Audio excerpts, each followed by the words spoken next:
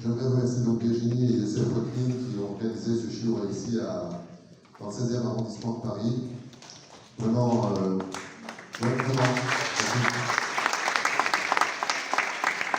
Depuis des années, on a organisé ensemble des shiurim. Je remercie aussi le Mara Teatra, le roi de la synagogue que je ne connais pas, donc il n'est pas là, à Bodonitsa.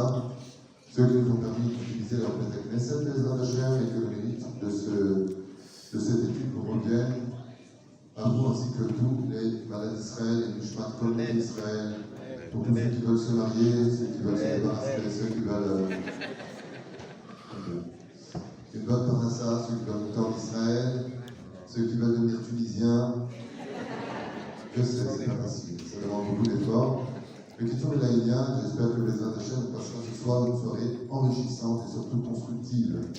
Comme je l'ai dit à Charenton, le but d'un shiur, c'est pas de passer une bonne soirée. Ça sert à rien de passer une bonne soirée si elle n'est pas constructive. Les Dakala pour tous les peuples d'Israël, pour suivre de l'Oseille, les Nishmata, Triatameti, les Foch Nemar, Lamamira, Biou Tetana, les Botami, les Rachamaï.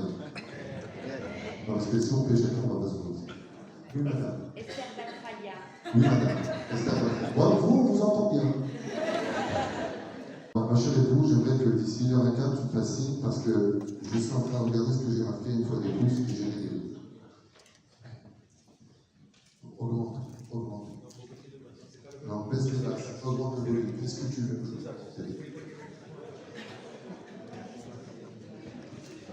Ce soir, le shiur est le droit de choisir. Est-ce que Béhémet, on sait dans la Torah si on choisit ou pas notre vie? Je voudrais commencer par quelque chose de très vulgaire. On est né juif et on est né des fois pas juif. Est-ce que c'est un choix ou est-ce qu'on n'a pas le choix? Qui c'est qui a dit ça? Hein? C'est vous avez dit ça?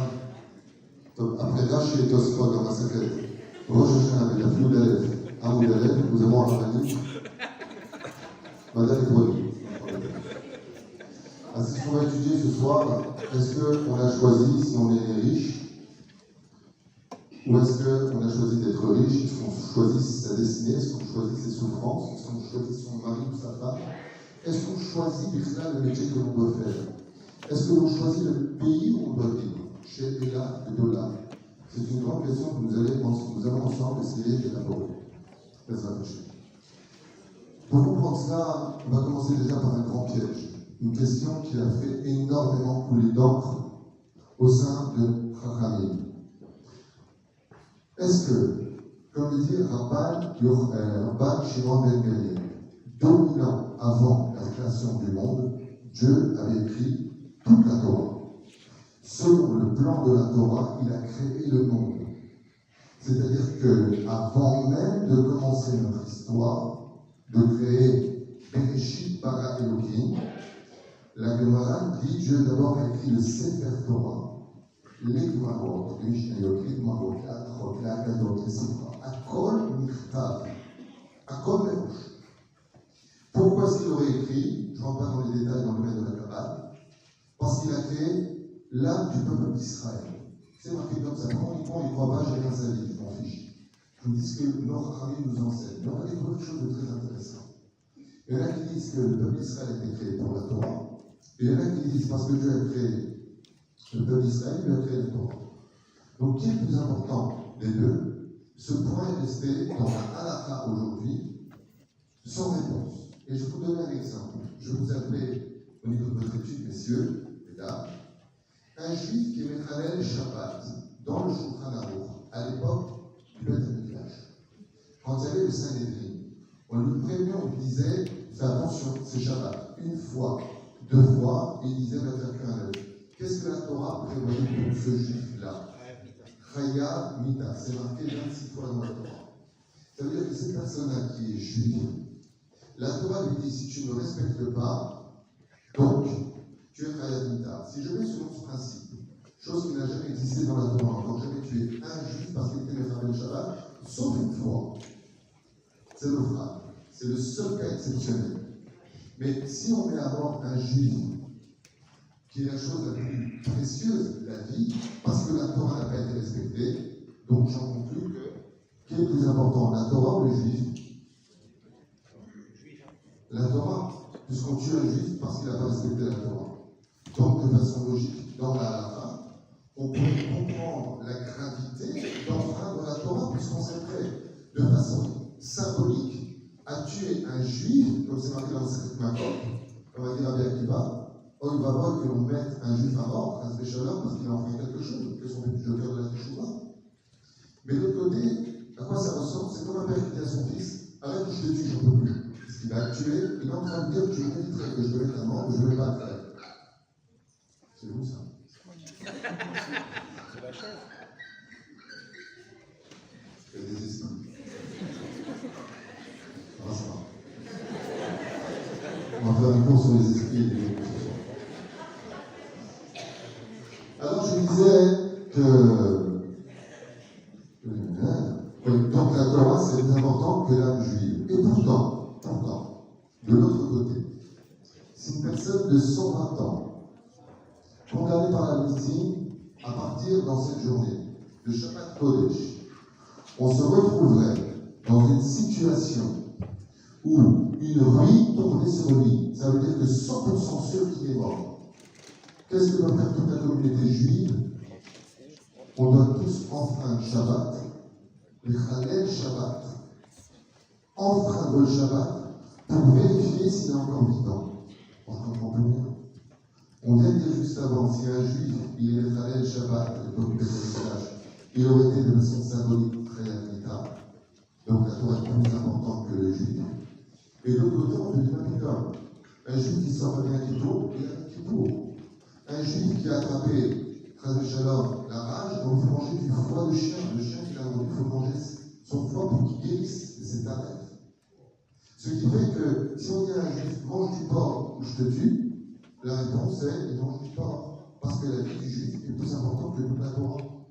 Donc quand on étudie la Torah, on dit pas, moi je ne comprends rien. Qui est plus important? La réponse se trouve dans le Zohar Kadosh. Israël, Torah et Koucha Belechou, Chadou. Il n'y a aucune différence entre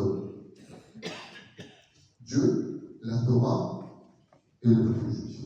Ils sont indivisibles, indissociables. On ne peut pas les intercaser. Une fois, à l'armée d'Israël, on était comme ça, quand j'étais en service militaire sur le camp de Gaza, alors il y a un religieux comme ça qui vient et dit bon, on va étudier la Torah pour qu'il y ait la Shrina ici. J'ai regardé comme ça et je lui ai dit excuse-moi, mais il y a déjà la Shrina avant que tu viennes. Il y a dit juif, il y a déjà la Shrina. Donc pas qu'avant qu'il bouche. Là où il y a dit juif, il y a déjà la Shrina. Mais après, on va essayer maintenant de comprendre en approfondissant ce chiot. Normalement, je viens faire des blagues, là je vais faire ce soir. Quand Dieu a créé le monde, il a écrit la Torah. Selon la version kabbalistique, parce qu'il a créé l'âme juive, créé Elohim Mamash, c'est-à-dire une partie de lui qui aurait été composée, il a donné la Torah. Mais si je m'en réfère à cela, ça voudrait dire qu'en fin de compte, nous sommes un dessin animé de l'histoire préécrite. Il y a une préhistoire dans notre histoire. D'accord? Ça veut dire qu'Abraham Avinu, quand on lui donne une boulette tunisienne en lui disant Chazak Obarou d'avoir été Abraham Avinu, c'est une arnaque. Puisque depuis le début, avant même d'avoir existé, tu étais un tzaddik. Par contre, ça voudrait dire que Nimrod était un rachat. Et donc, ça voudrait dire qu'il y a un corps quand ils rencontrent. Et ça, c'est une fatalité. Est-ce qu'on appartient à une fatalité, à une destinée prescrite qu'on ne peut plus finir? Qu'est-ce que vient nous dire la Torah? Alors, quand on est en plein championnat de football, je crois, c'est le mondial, c'est ça. On a dit tout à l'heure que la France aurait gagné 3-1, c'est ça? C'est ça? Je regarde ça, c'est ça? Oui. On va regarder que les hommes, on regarde les femmes. Les matchs à pardonner. C'est comme si que moi maintenant, je suis en train de regarder France-Pologne en direct. Je suis en train de regarder le match en direct. Ça ne m'intéresse pas du tout, mais c'est juste un exemple. Ok? Maintenant, ce match-là, je l'ai enregistré. Jusque-là, 3 heures plus tard, on s'assoit avec vous qui n'avez pas vu le match de foot. Et j'appuie sur play. Et je vais vous dire à l'avance qui va mettre le but, à quelle heure, à quel moment, à quelle seconde, à quel membre de son corps il va mettre la tête qui va rentrer le ballon dans le but. Pour lesquels tout à l'heure on va faire waouh, Je ne sais pas pourquoi, mais bon, c'est comme ça. Vous verrez qu'ils vont lire des textes sur le crachin, je ne sais pas pourquoi, enfin, moi, je les comme ça, ils sont tombés pour eux. Alors, quoi qu'il advienne, est-ce que je joue sur la destinée du footballeur quand je dis à l'autre, regarde maintenant la maternité. Est-ce que je suis rentré dans cette destinée ou pas? C'est une question que je vous pose. Vous avez compris la question? Je répète. Non. Ouais, c'est évident. J'ai vu le match en direct. Tel qu'il s'est déroulé, il aurait pu y avoir 3-2, la Pologne aurait pu gagner, ou la France aurait pu perdre. Peu importe. Maintenant, moi, je vois le foot, maintenant, on va mettre un massage. Et comme moi, j'ai vu le match de foot en direct, et placé en différé, je vais vous dire exactement tout ce qu'ils vont faire. Vous avez compris de quoi on parle? Ça voudrait dire quoi? Ça veut dire que c'est quand, je ne sais pas qui a mis un but, on s'en fiche, mais quand il a mis le but et que je suis capable de vous dire, maintenant, il va mettre un but, maintenant, quand je bats, est-ce que je prédestine ce qu'il va faire et je lui vole sur le arbitre? C'est la question que je vous pose. Non, pourquoi? Pourquoi? Parce que le direct a déjà été vécu avec son libre arbitre. Maintenant, c'est en différé. Selon les Mekoubalim ainsi que le Zohar, nous sommes une vie en différé. C'est-à-dire que quand Akadosh Baruch a créé le monde, il n'a pas écrit la Torah selon ce que lui voulait. Il a écrit la Torah en projetant en direct tout ce que l'on est en train de vivre ce soir, là où vous êtes sur ce siège même, maintenant, pendant que je vous parle, face à un gosse.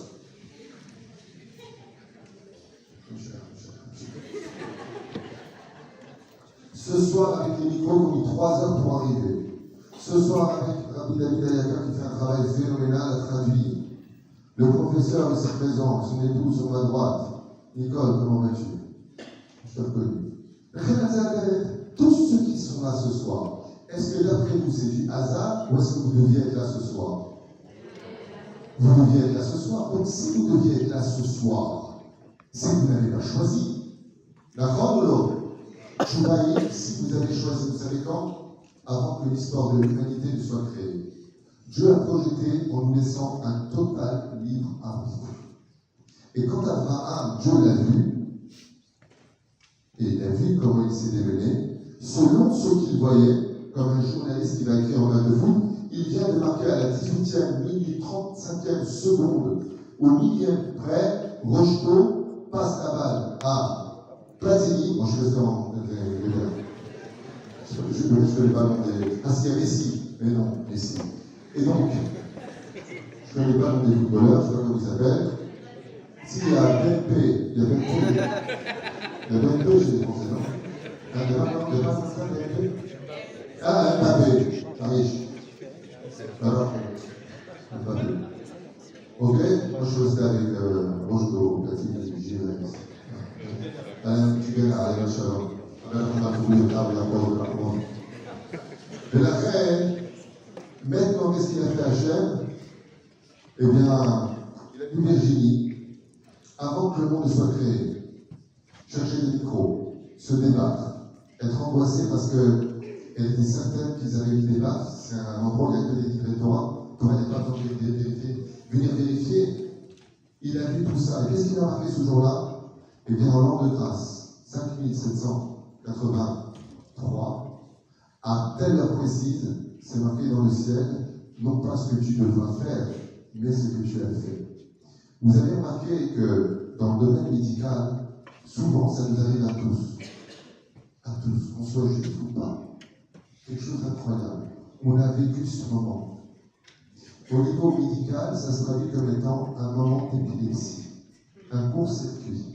C'est-à-dire une projection de l'image du présent qui passe dans le passé, qui revient dans l'avenir. Dans la Kabbale, c'est pas du tout marqué comme ça. Dans les livres de Kabbale, c'est marqué tout simplement que des fois on a des flashs de ce que Dieu a projeté avant la création du monde. Et où est-ce que c'est marqué dans la Torah? Noir sur blanc. Vayomer Hashem el Abraham, Abraham. Vayomer Enemi. Vayomer Hashem el Yaakov, Yaakov. Pourquoi tu marques à chaque fois Moshe 2 fois, Yaakov 2 fois, Abraham 2 fois? Chazak, ils nous disent le chat, Bishon Chiba Dirachi, parce que Dieu nous aime. Le sol, c'est parce qu'Akadosh Baruch Hu, il dit à Abraham, concrétise-toi comme tu l'as fait avant que je crée le monde. Quand j'ai projeté, j'ai mis 10 épreuves et j'ai vu que tu les as réussies. Alors maintenant, je vais t'aider. La question qui se pose, ça voudrait dire que, ok, si je comprends bien, nous sommes en train de revivre ce qui a été vécu. La question, elle est dramatique. C'est que si Dieu sait tout, et qu'il a tout prévu parce qu'il a projeté en direct, donc avec notre libre arbitre, c'est bien ici, vous êtes avec moi, c'est ça, hein? Ok? Dans ce cas-là, pourquoi il a créé ce monde? Il ne sert à rien. Puisque nous sommes une reproduction d'une réalité préexistante. À quoi ça sert ce monde? La réponse des Roulé Almaï, pas une marloquette sur ce sujet-là. Ce monde a été créé, que pour nous. Pourquoi? Parce que quand on repartira de ce monde, à 120 ans, Dieu va dire à toi, au Gan-Eden, toi, en réincarnation, si on n'avait pas vécu ce monde, on dirait à Dieu, attends juste un instant, pourquoi lui va au Gan-Eden et lui va au Guinam, c'est pas juste. Si Dieu n'avait pas concrétisé ce monde, pour que chaque fois que nous fassions une action qui crée un ange, on trouve la justice de Dieu absolument abjecte. Donc, pour qui a été créé ce monde? Pour vous, pour nous, pour qu'on puisse vivre la réalité de ce que Dieu savait déjà à l'avance. Ce qui fait que quand on a cette réponse qui vient du Sod Hashman, tout ce que je viens de dire, c'est marqué dans le Sod Hashman, du Zohar et beaucoup d'autres livres, il faut comprendre qu'en réalité, nous avons une prédestinée qui appartient à une destinée que nous avons décidée. Maintenant, on va essayer de faire comme jusque-là, ça va? Ça vous intéresse?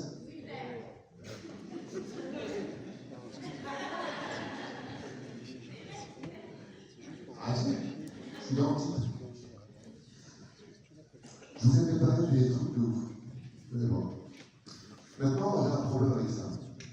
Vous allez entendre, avec des références, je vais noter ça dans l'avion avant de venir, des trucs qui me sont passés par l'esprit, puis attends, moi je vais faire ma requête tout seul, je vais étudier avec moi-même.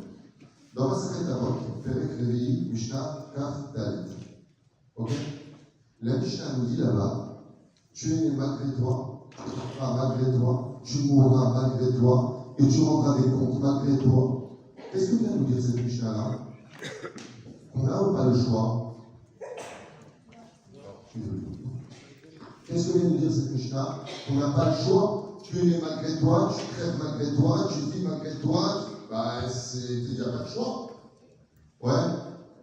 Et d'un coup, vous allez entendre quelque chose que très peu de gens savent et je m'adresse à vous, madame.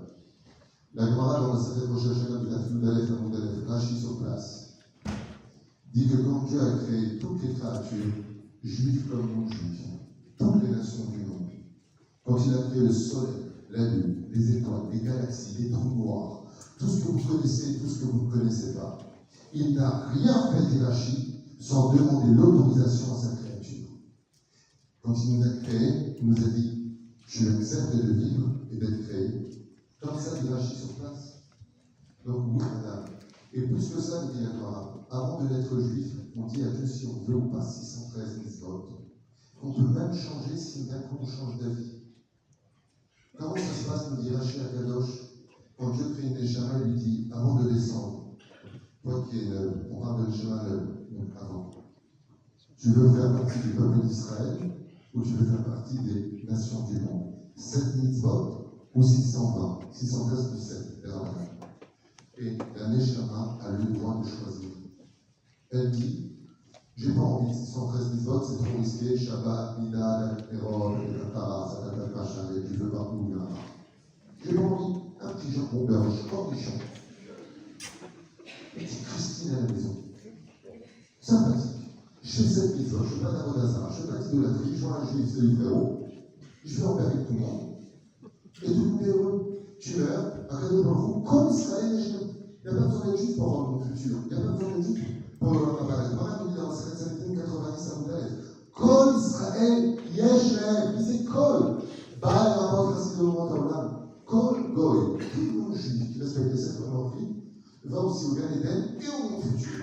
Parce qu'ils ont un rôle à jouer, à respecter les gens de salaire. Il n'y a pas besoin d'être juif. Et c'est pour cela d'ailleurs que est-ce qu'un goy qui a décidé donc, dans le monde d'appartenir aux 70 nations avant de descendre, il a le droit de changer d'avis? Est-ce qu'il y a encore un champion? La question que pose, elle est naze de chez naze, tout le monde répond.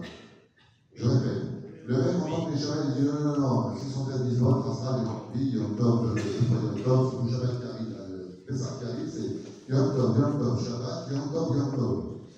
Tu ne bouges pas la liste. Pas le tour par cœur. Ok? Mais quand il arrive ici, il dit en fin de compte, j'ai changé d'avis. Je choisis d'être juif. Est-ce que c'est possible? Oui, bien sûr. Ça s'appelle le converti. Vous voyez, il a le droit de se convertir. Il a le droit de changer de destinée. Est-ce que nous, on peut changer de destinée? Oui. Ah non. Ma secrète Shabbat 156, ça vous avez juste en bas. Après, vous avez David Mina. Peut-être je Abraham ne peut pas avoir d'enfant. Abraham peut avoir un enfant. Je vais dire une phrase, vous la complétez. Méchel Magor. Et c'est quoi Mazal? C'est de destinée. C'est-à-dire que j'ouvre une boutique ici, j'ai une super idée, elle ne marche pas. Le truc ne marche pas, ferme-la, va juste de l'autre côté pour le Mazal. Juste, tu changes d'endroit, tu changes ta destinée.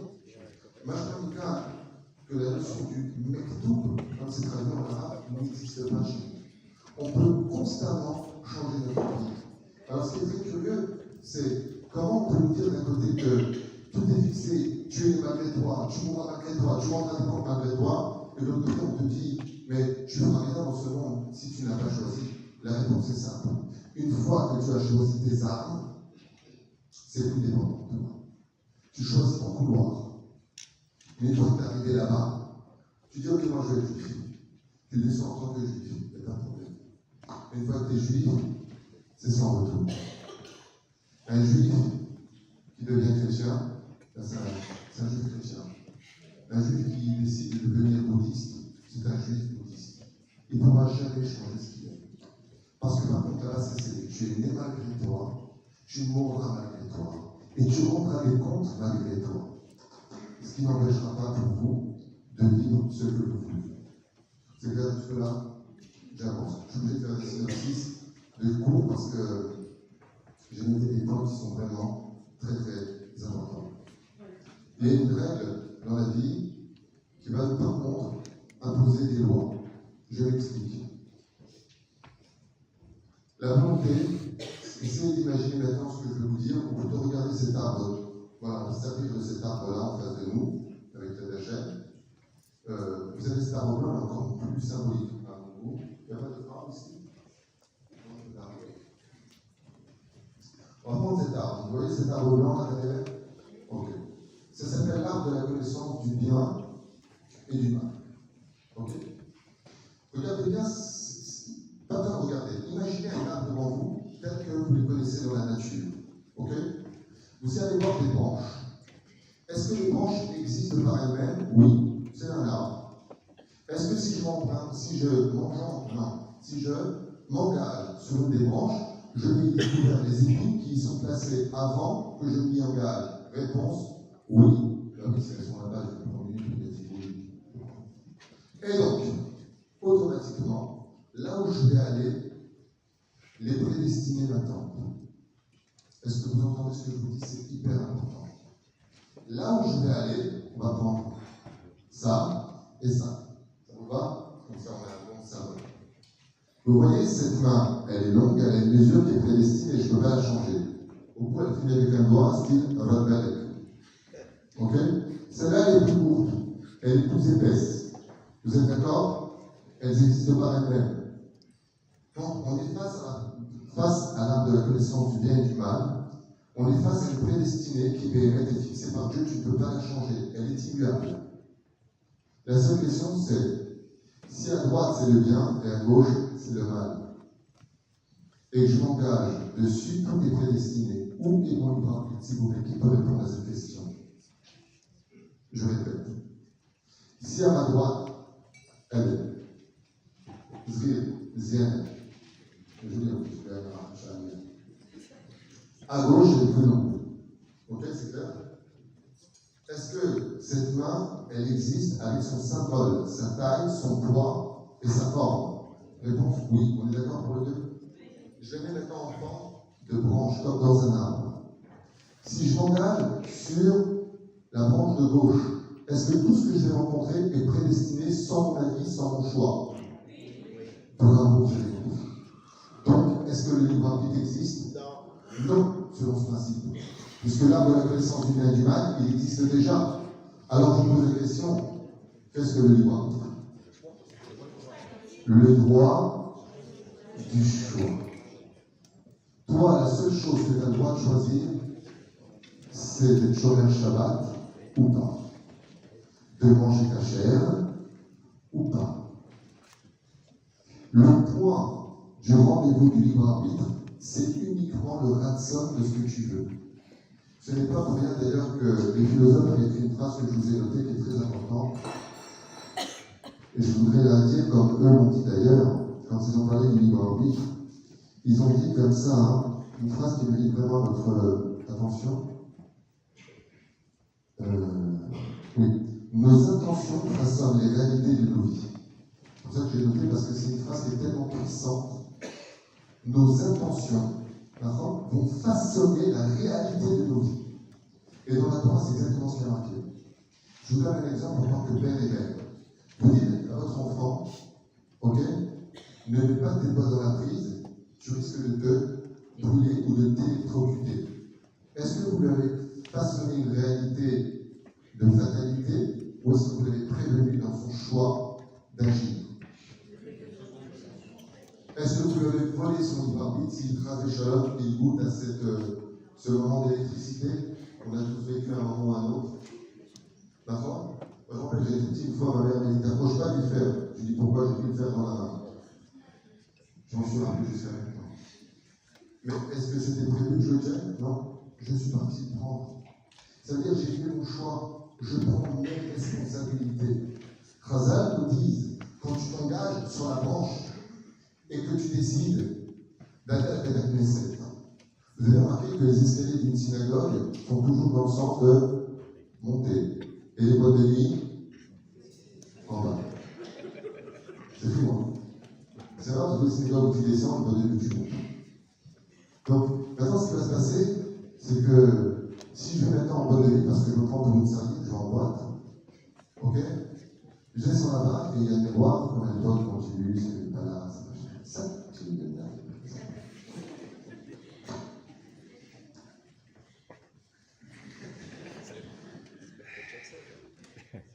Non, ça c'est.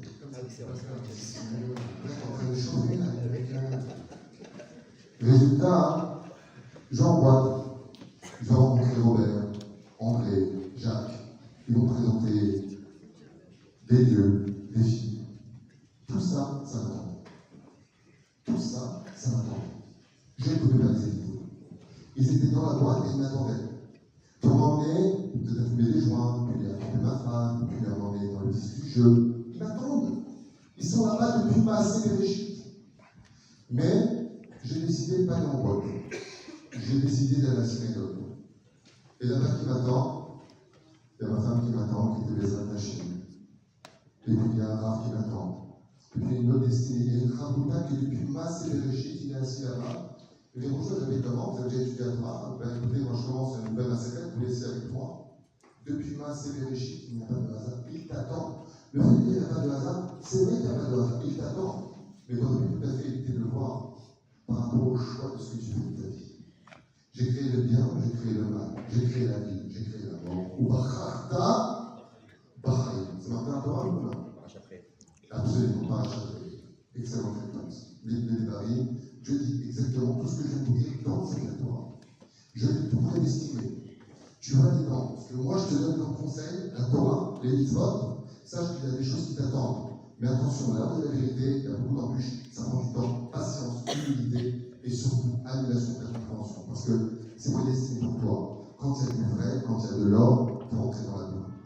Et là, c'est compliqué. Mais tu veux le côté, il t'attend aussi. Et là-bas, il y a le travail qui t'est prévu, PDG d'une société, jamais tu feras Shabbat, jamais tu feras Yom Tov, tu ne pourras pas manger cachère, tu ne pourras pas prier. Et ça t'attend. Tu vas monter très haut. Le point de t'endormir dans un monde matériel qui t'abandonne totalement du pourquoi Dieu t'a créé. Et tout ça, ça t'attendait. C'est comme l'autre a rencontré une non-juive au Kotel, Je lui ai dit, ça c'est pas Dieu ça. Maintenant, je pose une question entre nous. Comment est-ce que je peux savoir si ce qui m'arrive, ça vient de Dieu ou pas? Est-ce que vous avez une réponse? Comment est-ce que je peux savoir si la destinée, elle vient de Dieu ou pas? Vous avez une réponse? Oui? Oui, alors allez-y. Elle a dit oui. Tout vient de Dieu. Encore un truc qui va pas du tout. Vous êtes viré. Est-ce que tout vient de Dieu? C'est une excellente réflexion. Est-ce que tout vient de Dieu? Alors je vous invite tous à aller voir mon cours de jeu à Bordeaux. Ma vache la plus grosse ch'toute qu'on n'ait jamais enseigné au monde à Bordeaux. C'est marqué nulle part. C'est encore les gens ne comprennent rien à ce qu'ils étudient avec vous, respectueux à tout le monde. C'est que le mec il est voleur. Donc si je joue sur le sens principe, vous rentrez chez vous, enfin pas vous rentrez chez vous, ok? Vous rentrez chez vous, il y a un voleur. Vous lui dites, vous avez fini de voler parce que vous êtes un employé de Dieu. Alors vous expliquez. Non, le coffre, non, il n'est pas là. Le coffre il est sous la terre. Non, c'est là-bas. Vous avez dit les choses en tout jamais froid, il n'est pas là, sur le petit coup. Avec chasse. Ça va pas peut-être. C'est marqué nulle part à quoi il a chamaillé. Par contre, il y a marqué autre chose, si je peux me permettre. Oh, dites le cerveau. Hakol min ha-shamayim, chutz min ha-shamayim. Ça change tout dans la phrase. Hakol min ha-shamayim, j'avais fait le besoin. Ouais, c'était beau. Tout vient du ciel, sauf la crainte du ciel. Et c'est ça qui me fait peur dans les gens qui voient les choses, c'est absolument dangereux. Parce qu'en fin de compte, le mec qui trompe sa femme, il dit écoute chérie, c'est la destinée, comme une HLM.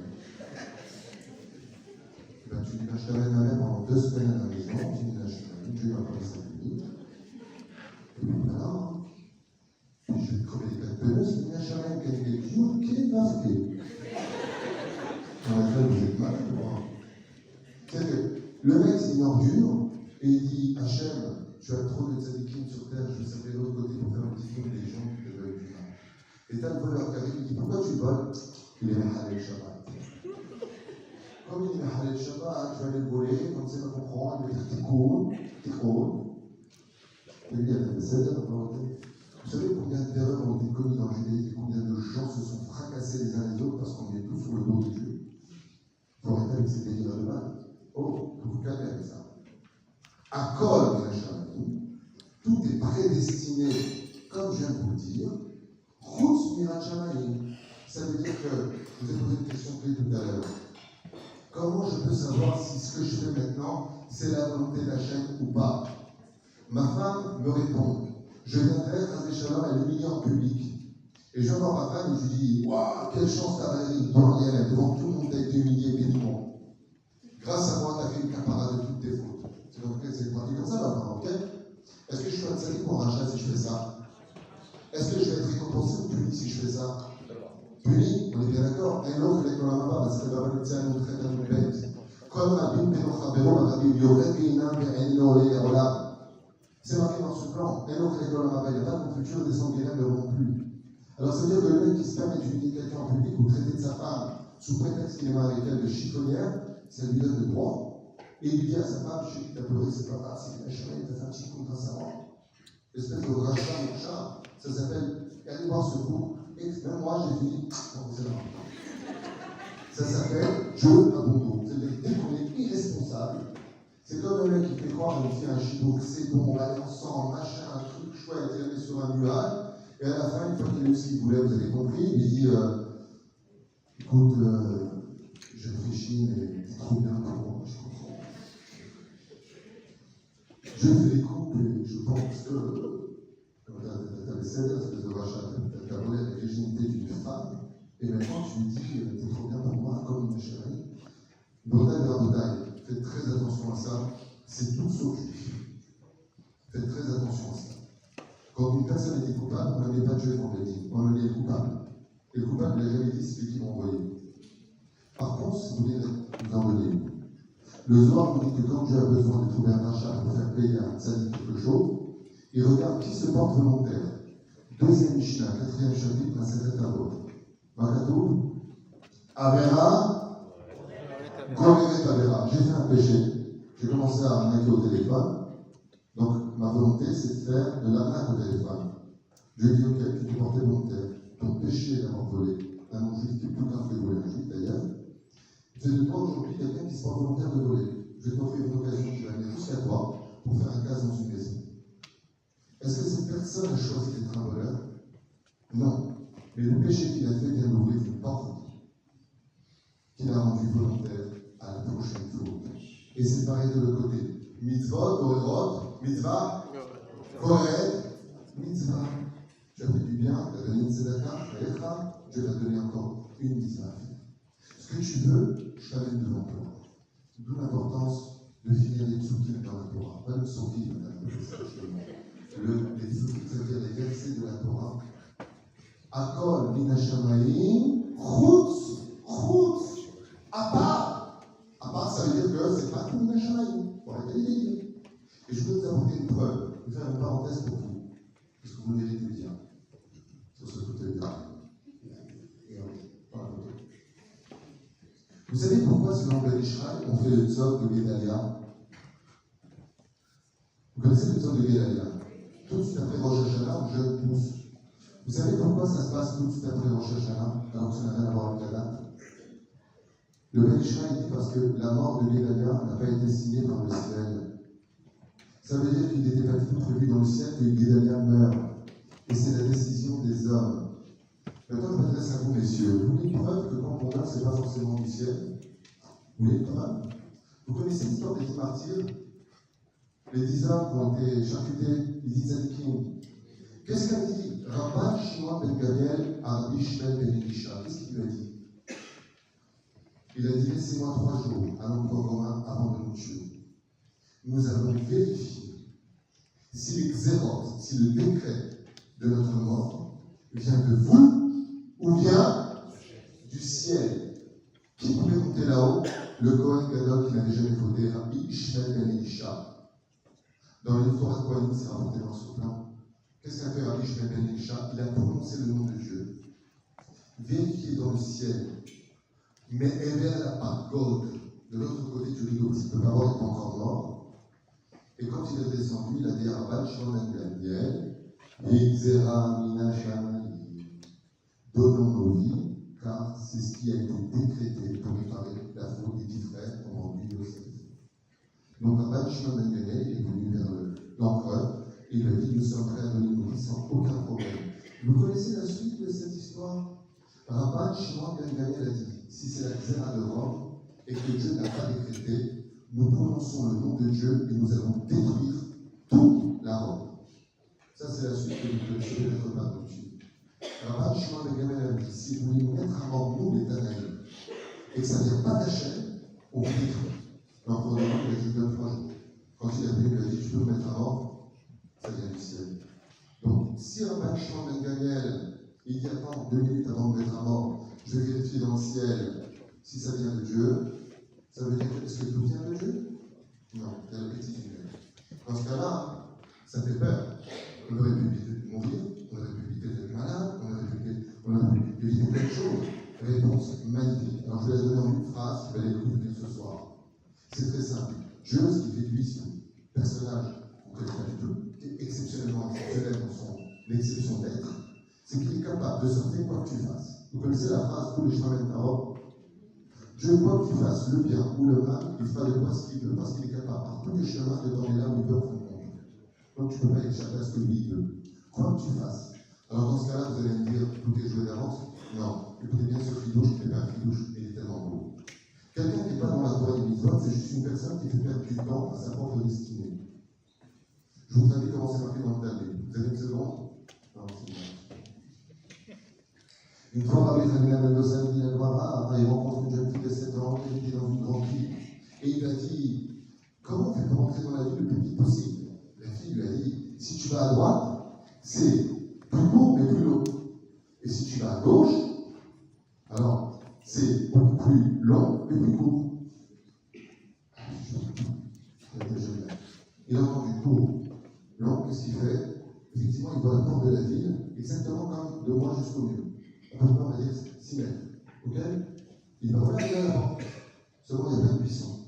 Il a essayé de s'engager dedans. Il s'est déchiré la peau. Il a énormément souffert. Au bout d'une journée, il a fait 2 mètres à l'intérieur, tellement les buissons étaient durs et perçants. Il est parti en arrière, blessé de partout.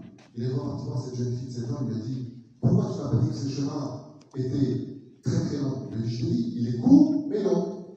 Il est court au niveau de l'œil. Mais pour y accéder, qu'est-ce qu'il est long? Par contre, l'autre, il est très long, mais très court. » Alors il est parti de l'autre côté. Effectivement, qu'est-ce que c'était long? Mais c'était droit. C'était un chemin qui était droit, mais il fallait marcher des kilomètres et des kilomètres. Rabban Shimon Rabban Celle qui était avec Guara, ça s'est pas réellement passé. C'est quand il a posé la question sur la destinée à Dieu. La jeune fille de 7 ans, c'est la Shrina. Il lui a dit, dis-moi Shrina, quelle est la destinée de ce monde pour chacun de nous dans le libre arbitre? Et Dieu lui a dit, il y a le chemin des Réchaïm, où tu vois la porte qui est là, et pour y accéder, maintenant, ce que ça va être dur. Ceux qui veulent une vie sans Torah mitzvot, quand ils rejoindront le monde futur, elle sera pour eux. Il y aura tellement de buissons pour qu'ils accèdent, créés par leur propre bêtise humaine, qu'ils verront leur porte du Gan-Eden et pour y accéder, ils prendront des années. Par contre, le tzaddik, dans ce monde, son chemin il est long. Shabbat, Yom Tov, fais le maaser, fais attention, pas d'ashkara, pas de Shabbat, soit ça doit, coupe-toi la tête, coupe-toi le machin. Ah, lâche-moi un petit peu. Fatigué. Ouais, c'est bon, c'est long. Et par contre, dès que tu quittes ce monde, le chemin est long, mais il est rapide. Dès que tu arrives devant ton Gan-Eden, tu vas là, tu rentres sans aucune entrave. Ça, c'est le chemin de l'un et de l'autre.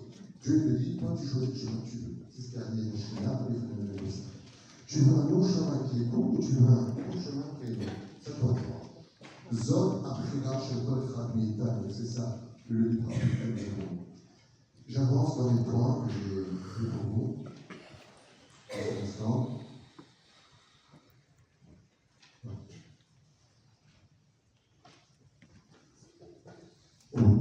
Là, j'ai noté un truc sympathique. J'espère que je vais être au niveau de partager avec vous cette étude. Nos choix nous donnent ou du mérite ou du malheur. Nos choix engendrent le droit de choisir, car l'homme est emmené là où il veut aller. Je redis cette phrase, écoutez-la bien parce que vraiment on va l'identifier. Je vais essayer d'être rapide. Nos choix nous donnent du mérite ou des malheurs. Je l'explique. Mesdames et messieurs, écoutez bien. Quand tu dis à une personne toute la journée, assaut, mouta, permis, interdit, tu peux pas, touche pas, prends pas, dis pas, pense pas, rastera, voilà.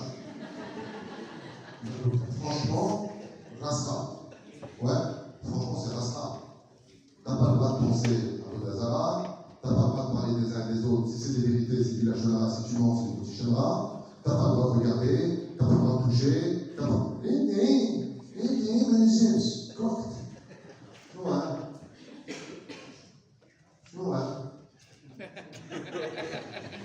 Ce geste-là, il est international, tunisien.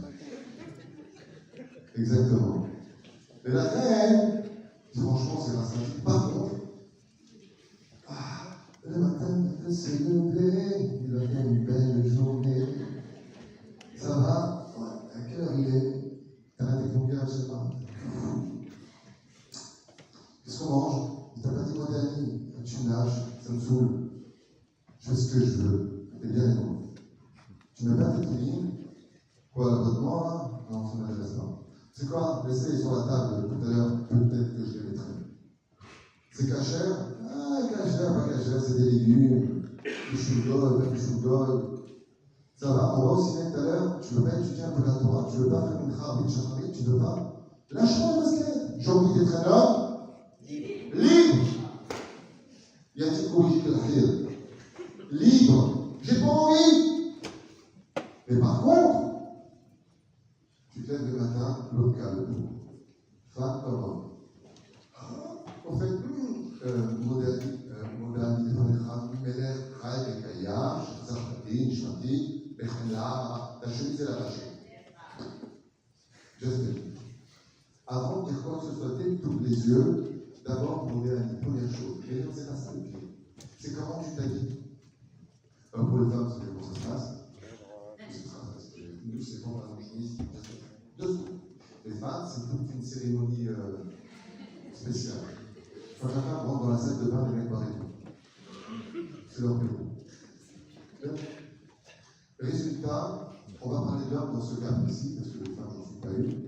Mais, alors, tu mets le tzitzit katan, mais c'est bien de mettre un t-shirt d'abord. Ensuite, tu mets ta chemise, d'abord la droite, après la gauche. Ensuite, le pantalon, tu fais au contraire. Les chaussettes, attention les chaussettes, la droite et après seulement la gauche. Ensuite, tu mets tes pompes. Qu'est-ce qu'il y a encore? Pourquoi tu mets ça? Tu lâches les baskets? Ah non, tu mets tes baskets, tu mets la droite. Après, tu mets la gauche. Attention! Qu'est-ce qu'il y a encore? Tu attaches la gauche. Et après, tu attaches la droite. Et quand tu te lèves, tu vas faire une utilisation de l'air. Et ensuite, il ne faut pas sortir de la maison jusqu'à ce que tu fasses les bras croisés. Békat de chakra, békat de Torah. Ensuite, tu as les résultats. Et puis, tu vas parler, c'est ton psychiatre. Comme dans les sens du je suis pas bien en ce moment. Tu rentres dans ta voiture, tu fais la table des lettres. Tu arrives à la synagogue. Mais un truc de malade. Quel bras tu prends? Si tu t'es trompé, c'est pas malade. Tu fais la bracha, tu fais pas la bracha. Tu arrives au bureau, attention. Il y a des conduites, prochaine mishpat, comment se comporter au travail. Prévoir l'unité, n'oublie pas que chaque zam fera sa cause, c'est Dieu qui donne la promesse à tout le monde. Ne vole pas, ne mens pas. C'est pas parce que t'es patron que t'écrases les autres, au contraire. Au contraire, un patron, c'est celui qui donne l'exemple aux autres. Et la Torah va te sceller dans des trucs de malade et de malade. On parle pas quand tu manges, le mec il a le malheur de avoir faim, il est foutu. C'est du pain, oui, pain. Tu prends avec les lignes, tu les aides là, tu le trouves. Ah, tu les aides. Tu t'assois, le sel. Ah, moi, c'est la famille là. À la fin, t'as plus faim, j'étais faim, je mangeais. Vous pensez que j'ai mangé la bonne mesure, 27 grammes ou 40? C'est 54 grammes, c'est ça pour l'itilat avec la bracha. Et kazaï, non. Alors, est-ce que j'ai mangé kazaï ou est-ce que j'ai mangé kabetza? Ça sera, c'est quoi? C'est mon régime aujourd'hui, je ne mange pas. Quand une fois, ça vous arrive d'aller au restaurant et de dire non, je ne mange pas parce que j'aurais pas le temps. Le mec, il arrive comme ça, il arrive au restaurant, il a payé sa race au restaurant. Il dit, vous voulez du pain? Non. Pourquoi? Il va utiliser un temps non juif. Parce que si je mange du pain, je ne veux pas mettre un bécat. Je mange du pain, et puis c'est tout. Je ferai un bécat, j'étais au bureau. Ah non, on ne peut pas, il faut le faire sur place. Sauf si vraiment je suis arrivé, je ne peux pas retourner, alors dans ce cas-là, j'ai la caravana, ou je fais un pain avec moi là-bas sur place. Ah, lâche-moi les baskets! Qui est l'esclave? Celui qui fait ce qu'il veut, ou celui, écoutez bien ce que je vous dis, qui est l'esclave? Qui est le bouffon? Qui est le hamar en yiddish? Celui qui fait ce qu'il veut, ou celui qui est assujetti aux 613 dispositions de la Torah? D'après vous. Hein? Par exemple, maintenant, moi, je décide d'enlever mon chapeau, ma kippa, les petites traces de shalom, je jette tout, j'abandonne tout. Et à partir de maintenant, je décide de regarder autant de films que je veux, je mange où je veux, je mange des framboises, de la vanille, je mange des poissons cuits par des restaurants cachers, je mange des huîtres, et j'ai mon âme de juif. Et je dis à ce moment-là, quand il y a des femmes, elles disent alors, ça me tue, je ne sais pas comment vous faites, il y a des juifs, ce qui paraît, j'y crois pas, hein. Il y a des mamans, elles disaient à leurs enfants, quand ils font tchouba, tu vas pas trop religieux. Imagine Dieu te donne un gosse et te dit, regarde, je ne vais pas te donner 2 bras. Hein? Trop fanatique. Il est 5 doigts, il est le nez au milieu, peut-être qu'il a des petits côtés. Quand tu veux un enfant, tu veux qu'il soit parfait. Moi, j'ai sorti une fois avec quelqu'un, j'étais demandé. J'ai quelqu'un à un homme qui m'a dit, alors du tout, il ne faut pas être fanatique, il ne faut pas être trop religieux. Je dis, tu peux prêter une chez elle? J'ai fait comme ça, exprès, je vais faire un contrat. Je vais faire un contrat, je fais exprès. Le lendemain matin, je lui dis, tu viens, je te donne l'argent. Je lui dis, comment tu dois compter devant moi? Il compte comme ça, 1, 2, 3, 4, 5, 6, 7, 8. Il me regarde et me dit, il manque plus. Il ne faut pas être trop fanatique. Comme toi, il ne faut pas être trop fanatique. Attends, je lui ai donné ces leçons, je fais exprès. Je voulais lui donner une leçon. Elle dit, la Torah est en somme, ça oui, ça non. Dieu est en somme. Les trucs du bras, j'aime bien, le thème, ça fait rhinocéros. La Torah est en somme. Toi, quand tu vis par la salle, tu fais la voiture ou tout? Quand tu fais une maison, tu fais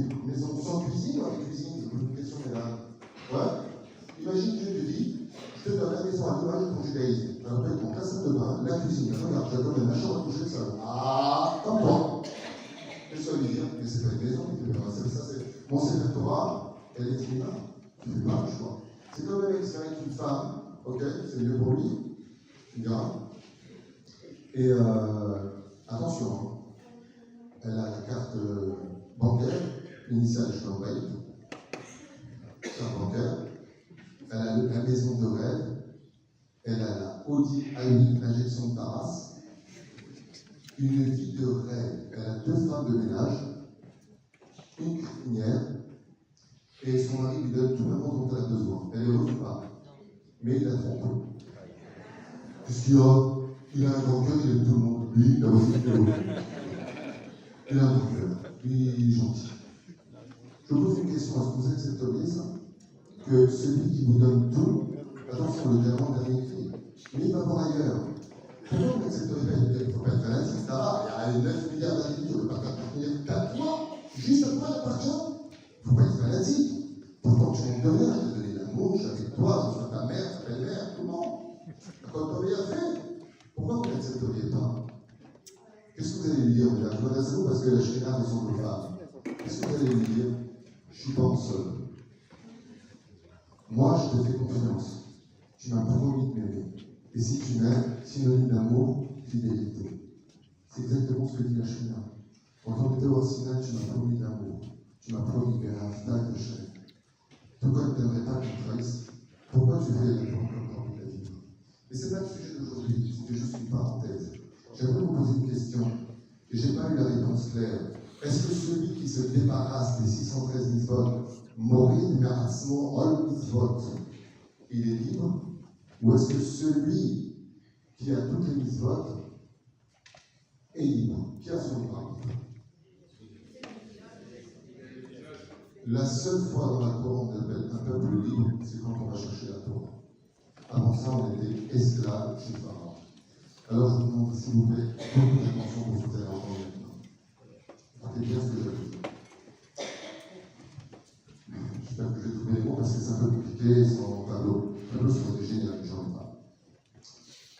Quand on vient au monde, on vient avec un Yetzirah depuis la naissance. Yetzirah, la pétard Rodez. Le Yetzirah nous attend à l'entrée de la sortie. Ok? Depuis qu'on est né, on est avec ce qu'on appelle des pulsions animales, homme comme femme, même si la femme devient cérébrale par la suite, et l'homme animal, ce qu'on appelle le nefesh abéni, comme le cri de Balatana, ou la Gemara, ou les autres. Ce qui fait que, écoutez bien, c'est important pour ce que vous allez comprendre et entendre. À partir du moment où j'existe, ce que je vous dis est très compliqué, donc je vous demande vraiment de prendre ça avec beaucoup d'intelligence et de sagesse. Dans l'absolu, je n'ai pas du tout de libre. Mais le badaï que j'en ai un, ou Rasra, j'ai bien compris. Je l'explique. À partir du moment où je suis créé en tant qu'humain, j'ai un côté du cœur où il y a du bien, de droite. J'ai un côté du cœur où il y a du mauvais.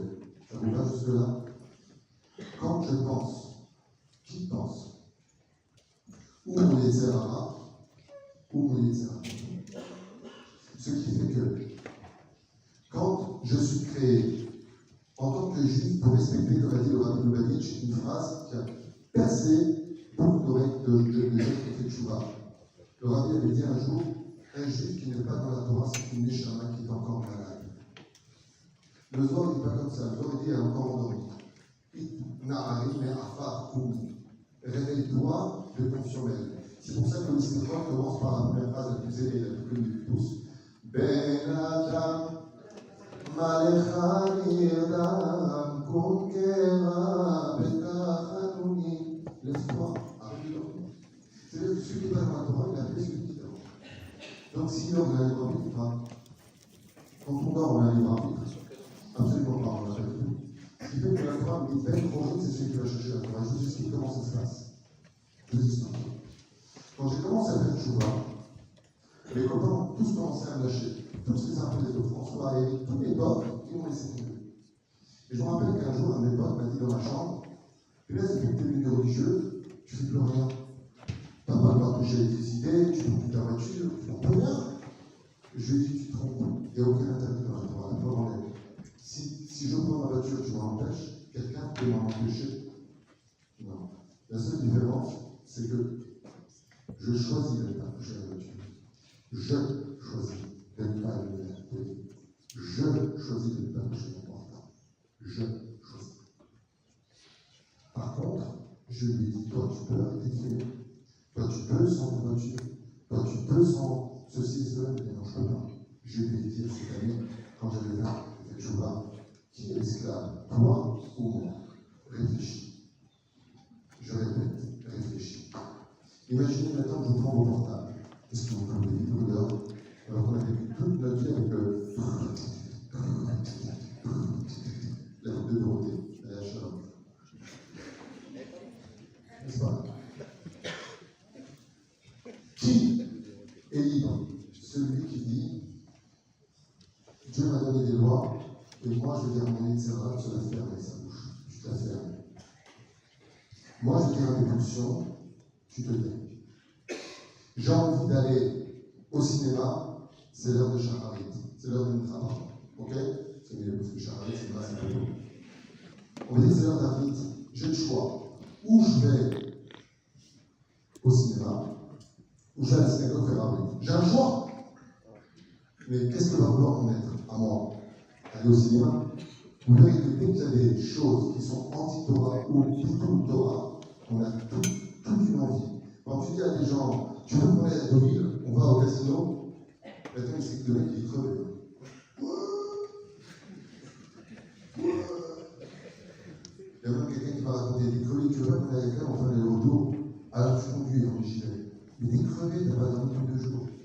Quand il s'agit de choses futiles ou de choses non constructives, c'est vrai qu'on ne doit pas kiffer la vie.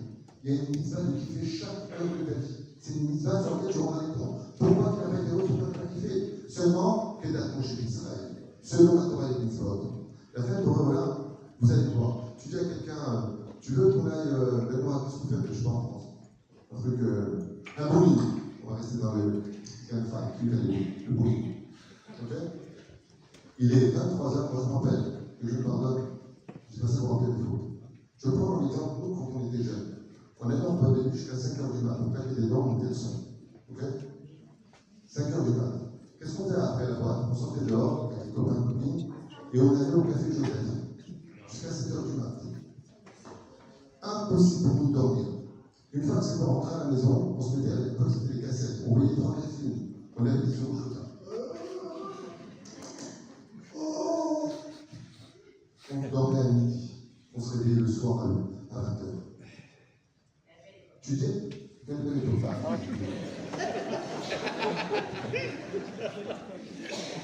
Alors, moi, je pas du tout. Si Dieu pouvait me ramener en arrière, je n'aurais pas fait de temps, je vous le dis. Très bien. Vous êtes en boîte. Ceci étant, vous dites que ça, tu viens pour de Torah. Je suis cool. Tu viens faire une mitzvah. Je dis, dès qu'il y a des mitzvot, on a envie. C'est Dieu. Et pire que tout, on attend. On attend tout. On attend en retour. On attend de Dieu, maintenant que j'ai fait une tzedaka, tu me donnes une bonne part de ça. On attend de Dieu, maintenant que j'ai fini, que ça fait que j'ai fini un contrat. On attend de Dieu. Et qu'est-ce qu'on va dire? Voilà, j'ai le bisou, je fais ton mitzvot, à quoi ça me sert? Je suis dans la totale panade. C'est très dur.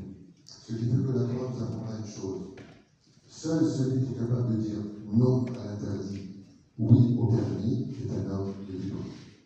Si on se laissait, ça m'a fait la chambrette que j'ai au bureau, la femme est rentrée, j'ai eu peur. Donc, à échéance, une femme qui est rentrée avec des ongles longs, rouges, comme ça, pointus. Elle était à son bureau comme ça, tu sais, avec ses ongles.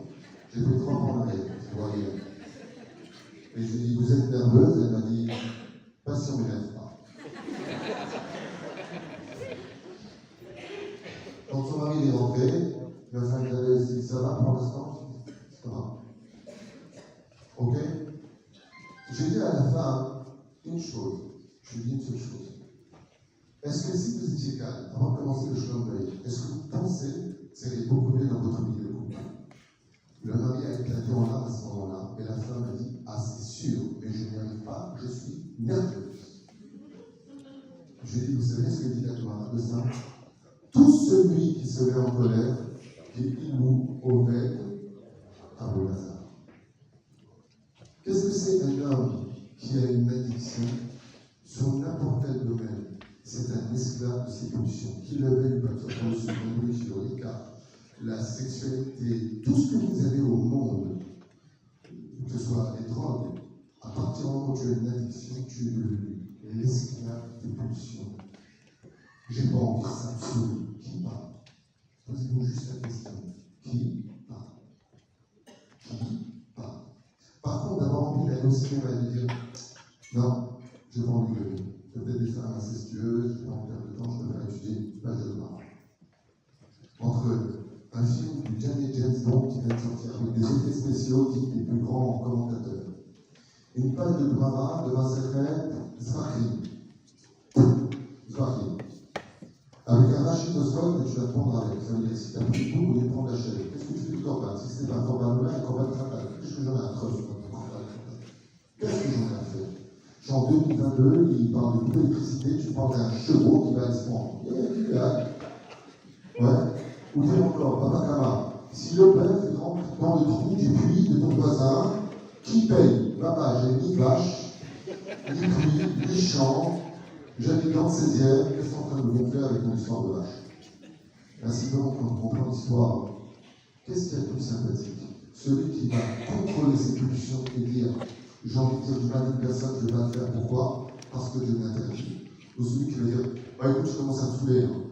Parce que lui, il avait dit qu'il est. Et là, je veux vider les nerfs. Qui est le plus libre? Celui qui va vider ses nerfs ou celui qui aura envie de vider ses nerfs et qui va dire non, je ne vais pas le faire. Qu'est-ce qu'il faut dire? Rien du tout. Je vous pose la question maintenant. Qui est le libre? Celui qui se retire. Il est plus facile de frapper quelqu'un ou de se retenir quand vraiment on mérite une peine? Quand une personne met une grande gifle pour sa conduite inadmissible, qu'est-ce qu'il y a de plus facile? De l'insulter ou de rester toujours courtois? Soyez francs.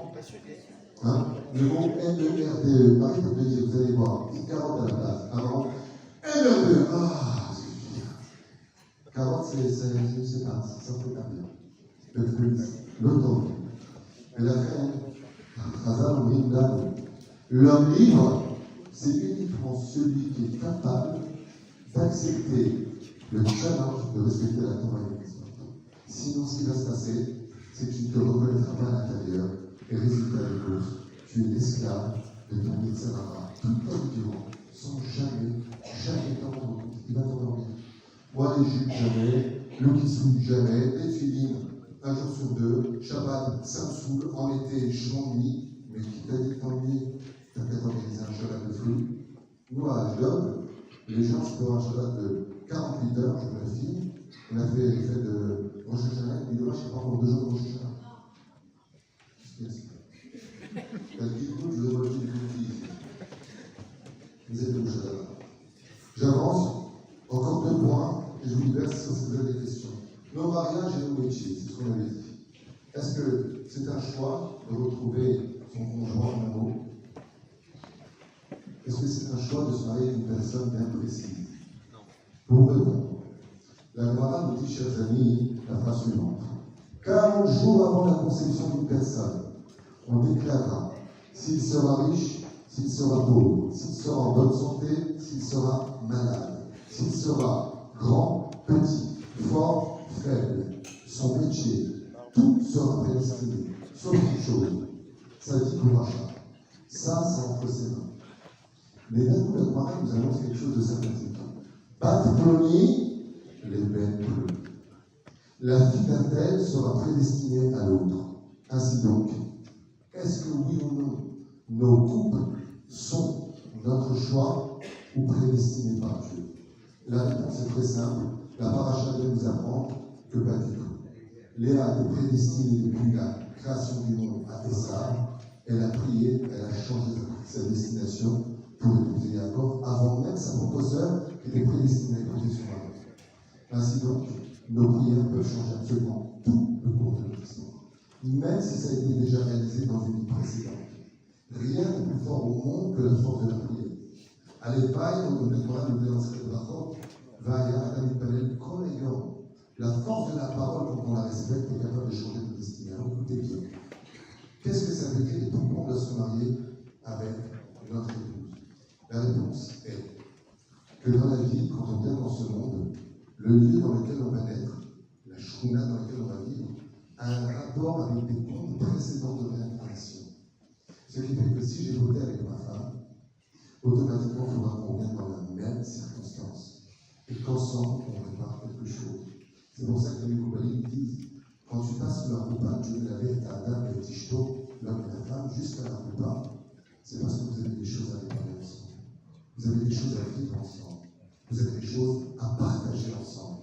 La seule différence entre avant le mariage et après le mariage, c'est que Dieu était l'acteur de votre vie jusqu'à votre rencontre sous la roupa. À partir de la roupa, Dieu s'installe comme spectateur et vous devenez des acteurs de vos vies.